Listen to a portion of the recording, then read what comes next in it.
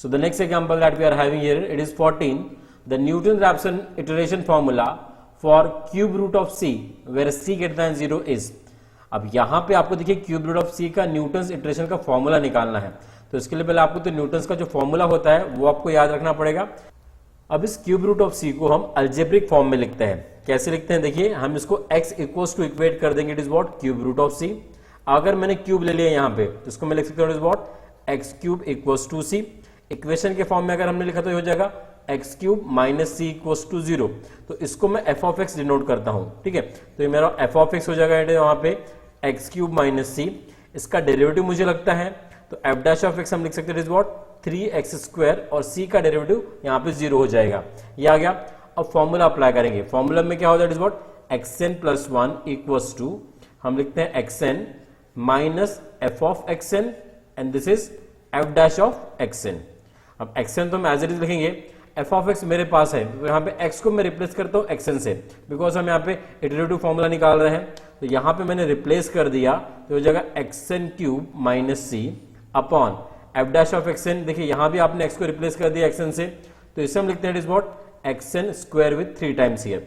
अब इसको आप क्रॉस मल्टीप्लाई करके सिंप्लीफाई कर दो, आपको इटरेटिव फॉर्मूला आ जाएगा। तो अगर मैंने क्रॉस मल्टीप्लाई किया तो आ जाएगा it is 3xn cube minus it is xn cube plus c upon it will be it is what 3xn square. अब 3xn cube minus xn cube क्या हो जाएगा, ये 2xn क्यूब हो गया यहाँ पे, और प्लस आ जाएगा c upon it is 3xn square, और ये आ जाएगा मेरे व्हाट xn प्लस 1। अब ये देखिए यहाँ पे कहाँ पे कौन सी क्वांटिटी में अगर आप देखेंगे इसको ऑब्जर्व करते हैं तो याद है हमारा ऑप्शन सी में यहाँ पे एक्चुअली 3 की जगह पे c चाहिए था, ये गलती से प्रिंटिंग मिस्टेक हुआ यहाँ पे। और यहाँ पे अगर आप देखेंगे तो यहाँ पे सब जगह पे xn प्लस 1 चाहिए था, ये भी थोड़ा सा यहाँ पे टाइपिंग मिस्टेक हुआ है। तो ओके, इसे आप समझ लीजिए, और यहाँ पे 3 की जगह पे c चाहिए था, तो हमारा ऑप्शन सी यहाँ पे करेक्ट आता है। So therefore we have written that option C is correct. Next question, it is 15. Given the equation x to the power 4 minus x minus 10 equals to 0 by Newton-Raphson method. तो equation हमें यहाँ पे दिया हुआ है और क्या पूछ रहा है, the root of the given equation lies between 1 and 2. The root of the given equation lies between minus 1 and minus 2. The root of the equation lies between 0 and 1 और no root exist. अब देखिए हम थोड़ा check कर लेते हैं इसको कि रूट कहाँ पे लाई करता है। अब इसके लिए हम क्या करते हैं, जो गिवन हमारे पास पॉलिनोमियल है उसको हम लिख देते हैं एफ ऑफ एक्स। ये हो जाएगा X to the power 4 minus X minus 10। अब आपको यहाँ पे बोला कि रूट कहाँ लाइज करता है, 1 और 2 के बीच में करता है या फिर -1 -2 के बीच में, तो आपको चेक करना पड़ेगा साइन। मतलब मैं क्या करूंगा, x इक्वल्स टू 1 पहले पुटअप करके दूंगा और यहाँ पे मैं x इक्वल्स टू 2 भी पुटअप करके दूंगा। अगर इन दोनों का साइन अपोजिट रहता है, मतलब एक पॉजिटिव आएगा और एक नेगेटिव, तब हम कहेंगे रूट जो लाइज करेगा वो 1 और 2 के बीच में लाई करेगा। वो मैंने आपको ग्राफिकली समझाया हुआ है पिछले एग्जाम्पल्स में कि किस तरह से रूट लाइज करता है और नेगेटिव पॉजिटिव कैसे आते हैं। तो यहाँ पे अगर हमने 1 पुटअप किया तो हो जाएगा 1 to the power 4 minus 1 minus 10। तो ये 1 तो कैंसिल हो जाएगा, ये हो गया -10, मतलब ये आ गया मेरा नेगेटिव। अगर अब मैंने 2 पुटअप किया तो 2 to the power 4 minus it is 2 then what -10। 2 to the power 4 means it is what 16 and is what -12, तो मतलब ये आ जाएगा 4। तो 4 इज ग्रेटर देन 0 है, मतलब ये नेगेटिव और ये पॉजिटिव आ रहा है। इसका मतलब हम बोल सकते हैं कि रूट 1 और 2 के बीच में लाई करेगा। आप यहाँ पे f ऑफ -1 -2 के लिए भी चेक कर सकते हैं। अब यहाँ पे एक ऑप्शन करेक्ट है, मतलब यहाँ पे ऑप्शन ए ही करेक्ट रहने वाला है, बाकी के लिए भी आप यहाँ पे चेक करके देखिएगा। आप यहाँ पे -1 -2 पुटअप कीजिएगा और चेक कीजिएगा कि f ऑफ -1 और f ऑफ -2 के जो साइन है वो पॉजिटिव नेगेटिव आते हैं क्या। Here for this question, that is option A is correct. Now moving further, it is example number 16. The first approximation to the solution for the following system of equation using Gauss-Seidel method with the initial approximation x00, y00 and z00 is. तो यहाँ पे देखिए आपको first approximation ही बताना है by using it is what Gauss-Seidel method. तो Gauss-Seidel method के अंदर हम क्या करते हैं, पहले तो हम एक इक्वेशन को डिसाइड करते हैं कि भाई हम कौन सा इक्वेशन x को सॉल्व करने के लिए यूज करने वाले हैं, कौन सा y के लिए और कौन सा z के लिए। तो उसे हम कैसे डिसाइड करते हैं, देखिए तो आपको यहाँ पे लार्जेस्ट कोएफिशिएंट x का देखना है। देखिए कहाँ पे आ रहा है, यहाँ पे इक्वेशन नंबर 2 में देखिए 20x आ रहा है। अब आपको क्या करना है, जो y और z इनके कोएफिशिएंट को ऐड करना है, उनके न्यूमेरिकल वैल्यू को, मतलब 1 + 2 क्या हो जाएगा, it is what 3 and this 3 is what lesser equal to 20। इसका मतलब है कि हम जो इक्वेशन नंबर यहाँ पे 2 है उसको यूज करेंगे x निकालने के लिए, बिकॉज ये कंडीशन रहती है, मतलब x का कोएफिशिएंट एक तो लार्जर होना चाहिए और अगर हम y और z का कोएफिशिएंट का एडिशन करते हैं न्यूमेरिकली तो वो हमारा लेस होना चाहिए। तो यहाँ पे वो क्वांटिटी आ रही है, तो यहाँ से मेरा x क्या निकल जाएगा बताइए, ये आ जाएगा 1/20 और हम लिखेंगे इसको 17 minus y plus it is what 2z। Okay, अगर मैंने इसको RHS में शिफ्ट किया तो ये हो गया मेरा x के लिए। अब हम y के लिए चेक करते हैं कि हम कौन सा वाला इक्वेशन यहाँ पे यूज करने वाले हैं। अब ये जो दो बचे इक्वेशन है हमारे पास, उन दोनों में से हमको चूज करना पड़ेगा। अगर आप यहाँ पे ऑब्जर्व करते हैं तो थर्ड इक्वेशन में देखो y का कोएफिशिएंट बहुत लार्ज है। ओके, और अगर मैंने z का कोएफिशिएंट और x कोएफिशिएंट का एडिशन किया वो आ जाएगा it is what 3 + 1। Numerical value लेना है सिर्फ आपको, वो होती है 4 और 4 मेरी क्या है लेस इक्वल टू 20 है। इसका मतलब कि मैं थर्ड इक्वेशन अभी y के लिए यूज करूंगा। तो y इक्वल टू आ जाएगा it is what 1/20, this is what -18। उसके बाद बाकी क्वांटिटी आप RHS में शिफ्ट कर देंगे, ये हो जाएगा -3x + z। ठीक है, अब बचा हुआ वाला इक्वेशन तो आपको z के लिए यूज करना ही पड़ेगा, बट वहां भी आपको चेक करना पड़ेगा कि ये कंडीशन सेटिस्फाई होती है क्या। तो यहाँ पे कोएफिशिएंट ऑफ z कितना है 20, तो 20 जो क्वांटिटी है दोनों के एडिशन से बढ़ा है कि आपको देखना है कोएफिशिएंट के एडिशन से, मतलब 2 + 3 क्या हो जाएगा 5। तो यस डेफिनेटली बढ़ा हुआ है, तो मतलब हम इसको भी हम यूज कर सकते हैं z के लिए। तो z हमारा यहाँ पे निकल जाता है it is what 1/20, then it is what 25 minus क्या आएगा बताइए, it is -2x plus it is 3y। ये हमने यहां पे लिख दिया। तो पहले तो आपको डिसाइड करना पड़ता है कि आप x y z कैसे निकालने वाले हैं, और उसके बाद फिर हम मतलब यहां से निकालते हैं सोल्यूशन इसका। अब फर्स्ट अप्रोक्सीमेशन लेना है हमको यहाँ पे, तो हम क्या करने वाले हैं, हम पहले यहाँ पे डिफाइन करते हैं इनिशियल अप्रोक्सीमेशन। तो x0 लेते हैं, y0 लेते हैं और it is what z0 is also is what 0। ये हो गया मेरा इनिशियल अप्रोक्सीमेशन। अब मुझे निकालना है x1 y1 और z1। तो x1 निकालने के लिए मैं क्या करूंगा, अब ये y और z को 0 0 पुटअप कर दूंगा यहाँ पे। तो जगह इज व्हाट 17/20। तो 17/20 क्या होता है इज व्हाट 0.85। तो देखिए 0.85 कहीं पे है क्या, हाँ देखिए 0.85 हमको यहाँ पे दिख रहा है डायरेक्टली, ये वाला। ठीक है, तो यही हमारा मतलब ऑप्शन सी करेक्ट रहने वाला है। अगर आपको वेरीफाई करना है तो आप कर सकते हैं। फिर y1 हम निकालेंगे, जिसमें हम क्या करेंगे x का जो वैल्यू है ना वो लेटेस्ट वैल्यू पुटअप करेंगे, बिकॉज गॉस सीडल मेथड क्या बोलता है कि आपको लेटेस्ट वैल्यू पुटअप करना है x का हमेशा और z का। तो यहाँ पे x का लेटेस्ट वैल्यू क्या है 0.85, तो हमने यहाँ पे पुटअप कर देना है 1/20 -18 -3 इंटू इज व्हाट 0.85, और z का वैल्यू लेटेस्ट क्या रहेगा यहाँ पे 0 रहेगा, तो हम यहाँ पे 0 पुटअप कर देंगे। इसको आप सिंप्लीफाई करेंगे तो आ जाएगा -0.0275। इसे आप करके देखिएगा। और वैसे फिर हम निकाल देट इज व्हाट z1। तो z1 में भी हम लेटेस्ट वैल्यू ऑफ x और y यूज करेंगे, मतलब हम 0 0 नहीं पुटअप करेंगे, हमने जो x1 और y1 में निकाला हुआ है उसको सब्स्टिट्यूट करेंगे और उसके बाद फिर हम यहाँ पे आंसर निकालेंगे। तो अगर मैं वैल्यू पुटअप करता हूं तो इसको मैं लिखता हूँ 2 इंटू इट इज 0.85 यहाँ पे, और y का वैल्यू अगर मैं पुटअप करता हूं तो उसको मैं लिखूंगा -1.0275। इसे आप इवैल्यूएट करेंगे, अगर हम इवैल्यूएट करते तो आता है 1.0109। ओके, तो ये हो गया मेरा पहला first approximation by the Gauss Seidel method. अब ये मेरी होगी गॉस सीडल मेथड। अब देखिए एक गॉस जैकोबी मेथड भी होती है, उसके अंदर हम ये वाला इनिशियल सेट ले लेते हैं। ठीक है, और ये इनिशियल सेट हम तीनों इक्वेशन में पुटअप करते हैं। मतलब मुझे अगर x1 निकालना है तो मैं yz0 पुटअप करूंगा, अगर मुझे y1 निकालना है तो मैं x और z को 0 पुटअप करूंगा, और अगर मुझे z1 निकालना है तो मुझे x और y को 0 पुटअप करना पड़ेगा। तो होता है गॉस जैकोबी मेथड। सो ये मेन डिफरेंस है गॉस जैकोबी और गॉस सीडल के अंदर। गॉस सीडल में हम कैसे लेटेस्ट वैल्यू यूज करते रहते हैं, और गॉस जैकोबी में हम जो एक सेट है उसको यूज करते हैं। अब यहां से बाद में जो x1 y1 z1 मिलेगा वो हम फिर x2 y2 z2 और z3 निकालने के लिए यूज करने वाले हैं फिर जैकोबी के अंदर, मतलब पूरा एक सेट एक साथ यूज करते हैं। बट गॉस सीडल के अंदर हम लेटेस्ट वैल्यू वैसे यूज करते जाते हैं। तो गॉस सीडल मेथड हमको जल्दी सॉल्यूशन देता है। Therefore, we can say that the Gauss seidel method is better than the Gauss-Jacobi method to solve the system of linear equation. तो यहाँ पे हमारा ऑप्शन सी करेक्ट है, जो हमने यहाँ पे अभी देखा। Now example number 17, which is the correct lower triangular matrix for the system of equation using the Crowd's method? अब देखिए क्राउड्स मेथड के एग्जांपल जब हम सॉल्व करते हैं, हम क्या करते हैं, जो कोएफिशिएंट मैट्रिक्स होता है उसको कॉम्बिनेशन लिखते हैं लोअर और अपर ट्रायंगुलर का। तो यहाँ पे आपको पता नहीं है भाई कौन सा करेक्ट ऑप्शन है। यहाँ पे अगर आप यहाँ पे ऑब्जर्व करेंगे तो ये तो हमारा अपर ट्रायंगुलर मैट्रिक्स है, because triangle is forming in the upper section, और ये जो क्वांटिटी 0 है ये भी मेरा अपर ट्रायंगुलर मैट्रिक्स है, और ये भी मेरा अपर ट्रायंगुलर मैट्रिक्स है। तो अगर आपको ट्रायंगुलर मैट्रिक्स की डेफिनेशन पता है तो यही हमारा एक लोअर ट्रायंगुलर मैट्रिक्स हमको आ रहा है, मतलब यही ऑप्शन यहाँ पे करेक्ट होना चाहिए। अगर ऐसा नहीं दिया रहता है फिर हमको कैलकुलेट करना पड़ता है, उसके अंदर फिर हम ये दो का मल्टीप्लीकेशन लेते हैं, मतलब लोअर ट्रायंगुलर मैट्रिक्स और अपर ट्रायंगुलर मैट्रिक्स का, और वहां से फिर हम ये क्वांटिटी निकालते हैं, जिसमें हम लोअर ट्रायंगुलर को लेते हैं what L11 00, then it is what L21, L22, this is 0, then it is what L31, L32 और it is what L33. फिर ये आ जाएगा यहाँ पे 1 1 1 ले लिया हमने और दिस इज हमारा अपर ट्रायंगुलर, तो ये क्वांटिटी यहाँ पे 0 हो जाएगी 3 और यहाँ लेंगे हम U12, इट इज U13, ये पोजीशन लिखते हैं हम कोई सफिक्स में।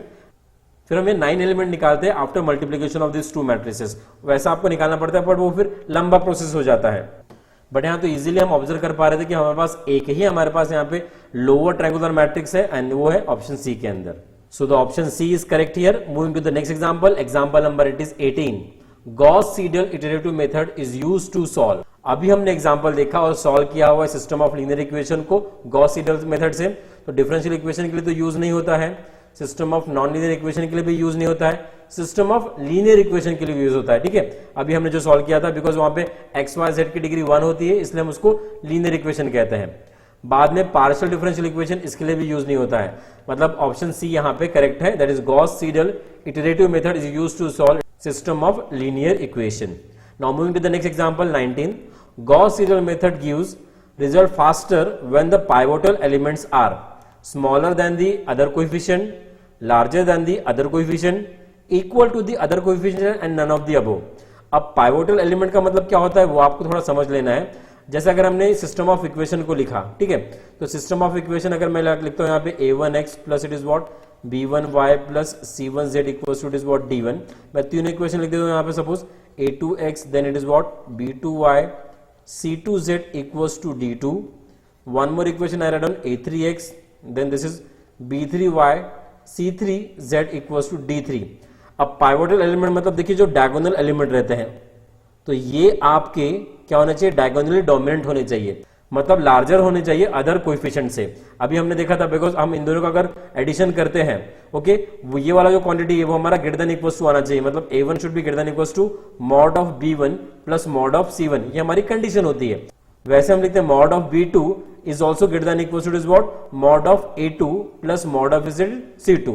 तो ये कंडीशन अगर सेटिस्फाई होती है तब हम उस पर्टिकुलर इक्वेशन को x y z के लिए यूज करते हैं, और यहाँ पे जो हमारा मैट्रिक्स बनता है कोएफिशिएंट मैट्रिक्स वो डायगोनली डोमिनेंट रहता है, या हम उसको बोल सकते हैं कि it is larger than the other coefficients. मतलब ये हमारे पाइवोटल एलिमेंट्स होते हैं, डायगोनल एलिमेंट्स को ही पाइवोटल एलिमेंट्स कहा जाता है। So here the option B is correct. Moving to the next question, in the regular falsi method, while finding the real root of an equation, the curve AB is replaced by tangent AB, straight line AB, chord AB या फिर all of the above। अब यहाँ पे अगर आपको इसका geometrical interpretation पता होगा कि भाई हम किस तरह से इसको ज्योमेट्रिकली निकालते हैं ये फॉर्मूला ऑफ रेगुलर फाल्सी, तो आप तुरंत आंसर दे देंगे कि भाई यहाँ पे कॉर्ड ए बी होगा। बिकॉज हमने अभी देखा था कि हम न्यूटन-रैप्सन मेथड में टेंजेंट को अप्रोक्सीमेट करते हैं और रेगुलर फाल्सी में हम कॉर्ड को अप्रोक्सीमेट करते हैं। तो अगर हम रेगुलर फाल्सी का एग्जांपल अगर सॉल्व कर रहे हैं, सपोज ये मेरा हो गया कर्व, ओके, और मुझे निकालना है रूट, तो मैं यहाँ पे ये कॉर्ड लेता हूं and using this chord equation we find out the formula for the regular falsi method. तो यहाँ पे हम कॉर्ड को रिप्लेस करते जाते हैं कर्व ए बी से। ये मेरा हो गया it is what curve A B और ये हो गया कॉर्ड ए बी लाइकवाइज। और इस तरह से हम कंटिन्यू कॉर्ड ड्रॉ करते जाते हैं, कंटिन्यू कॉर्ड ड्रॉ करते जाते हैं और इसके पास फिर करीब पहुंचते हैं। ओके, मतलब ये मेरा रूट होता है, ये तो मेरा रूट नहीं, ये तो मेरा अप्रोक्सीमेट रूट है जो टेंड करेगा हमारे रूट की ओर। तो इस तरह से हम अप्रोक्सीमेट करते जाते हैं कॉर्ड को। So therefore the option C is correct here. Now let us see the example number 21। The Newton iterative formula to find the value of root N is. अभी हमने क्यूब रूट ऑफ एन भी निकाला था, वैसे ही आपको इसको भी निकालना पड़ेगा। इसको आप पहले अलजेब्रिक फॉर्म में लिखेंगे, तो इसको हम लिखते हैं x equals to cube root of N. अब मैंने इसका स्क्वायर कर लेना है पहले, तो जगह is what X square equals to N. इसको इक्वेशन के फॉर्म में लिख देंगे X square minus N equals to 0। अब हम एफ ऑफ एक्स डिफाइन कर देते हैं, मतलब algebraic part that is X square minus N को हमने एफ ऑफ एक्स ले लिया।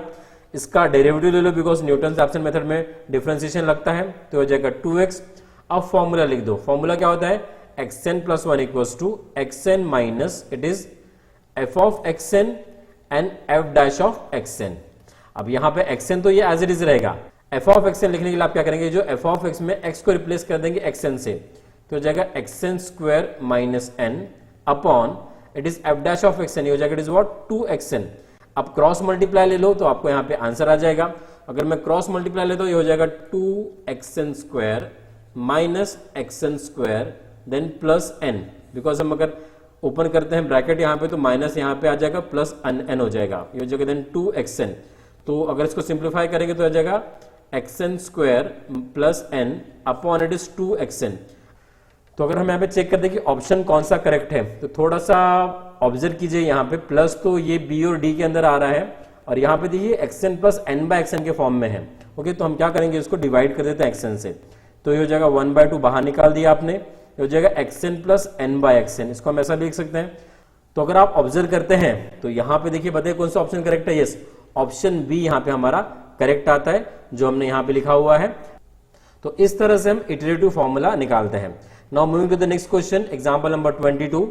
इन solving the simultaneous equation by Gauss Jordan method, the coefficient matrix is reduced to, it is lower triangular matrix, upper triangular matrix, diagonal matrix और it is symmetric matrix.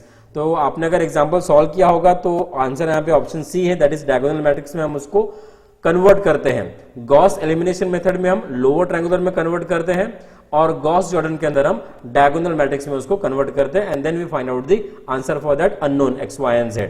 Now moving to further, example number 23। If f of a is negative and f of b is positive, then first approximation to the root for an equation f(x) equals to 0 using bisection method is given by। अब हमको बोला कि भाई f of a negative है, f of b positive है, मतलब इसका कि रूट लाइज बिटवीन a और b रहेगा। तो इसका फॉर्मूला ही होता है कि रूट लाइज बिटवीन a और b है, और मुझे अगर उसको बायसेक्शन से निकालना है तो अगर आपको पता होगा तो हम फॉर्मूला b यूज करते हैं, that is x1 equals to 1/2 a plus b, मतलब हम दोनों रूट को ऐड कर देते हैं, उसको 2 से फिर डिवाइड करते हैं। अब इसके बाद ये जो क्वांटिटी आता है फिर हम इसका साइन चेक करते हैं कि ये नेगेटिव है कि पॉजिटिव है, और अकॉर्डिंगली फिर बाद में फिर हम डिसाइड करते हैं कि रूट किसके बीच में लाई करेगा, और फिर से हम वही फॉर्मूला अप्लाई करते हैं, और इस तरह से हम रूट की तरफ पहुंचते जाते हैं। बट ये बहुत ही लेंथी प्रोसेस होता है बाइसेक्शन मेथड में, और ये बहुत टाइम कंज्यूमिंग है। Hence here we say the option B is correct. Now example number it is 24। As soon as a new value of variable is found by iteration, it is used immediately in the following equation. This method is called Gauss-Jordan, Gauss-Seidel, Gauss elimination और Jacobi। अब भी example solve किया हमने, मैंने आपको बताया था कि लेटेस्ट वैल्यू या फिर इमीडिएट वैल्यू हम किसमें यूज करते हैं, Gauss-Seidel में हम यूज करते हैं, और जैकोबी मेथड के अंदर हम कंप्लीट सेट यूज करते हैं, उसमें लेटेस्ट वैल्यू हमेशा यूज नहीं करते हैं। गॉस-जॉर्डन में तो हम कोएफिशिएंट मैट्रिक्स को डायगोनल फॉर्म में कन्वर्ट करते हैं, और गॉस एलिमिनेशन में हम अपर ट्रायंगुलर निकालते हैं कोएफिशिएंट मैट्रिक्स का। तो ऐसा कंसेप्ट आपको याद रखना कि हम इस मेथड में करते क्या है एक्चुअली सॉल्व करने के लिए, ठीक है। ऑप्शन बी यहाँ पे करेक्ट है। Now example number 25। Out of regular falsi method, Newton Raphson method and the bisection method, the rate of convergence is faster for. अब यहां पे आपको बताना है कि भाई इन तीनों में से किसका रेट ऑफ कन्वर्जन फास्ट है, रेगुलर-फाल्सी का है, न्यूटन्स का है, बायसेक्शन का, फिर all of the above. Already हमने इसके ऊपर भी एग्जांपल डिस्कस किए हुए हैं, तो आपको क्लियर हो गया होगा भाई कौन सा मेथड यहाँ पे बेटर है, और मैंने कंपैरिजन भी बताया हुआ है। तो हमें बायसेक्शन मेथड तो बहुत स्लोअर रहता है, उससे बेटर मेथड होता है रेगुलर-फाल्सी, ये ओल्डेस्ट मेथड है, और उसके बाद न्यूटन-रैप्सन मेथड हमारा बेस्ट होता है जो फास्ट रूट को कैलकुलेट करता है, because order of convergence of Newton-Raphson method जो है वो 2 होता है, जिससे कि हमारा अप्रोक्सीमेट रूट फास्टली कन्वर्ज होता है एग्जैक्ट रूट की ओर। Now the example number 26। The convergence in the Gauss-Seidel method is thrice as fast as in the Jacobi's method. It is true or false, can't be say anything, or both methods having the same convergence rate. अब Gauss-Seidel method में मैंने आपको बताया कि हम latest value या फिर immediate value use करते हैं, तो यहाँ पे जो कन्वर्जेंस रेट रहता है डेफिनेटली थ्राइस रहता है as compare to the Jacobi method से, तो दिस इज ट्रू। यहाँ पे क्वेश्चन नंबर 26 खत्म होता है, और इसके सामने के क्वेश्चन मतलब 27 के सामने के क्वेश्चंस आपको नेक्स्ट वीडियो में मिलेंगे, जिसका लिंक मैंने आपको यहाँ पे दिया हुआ है।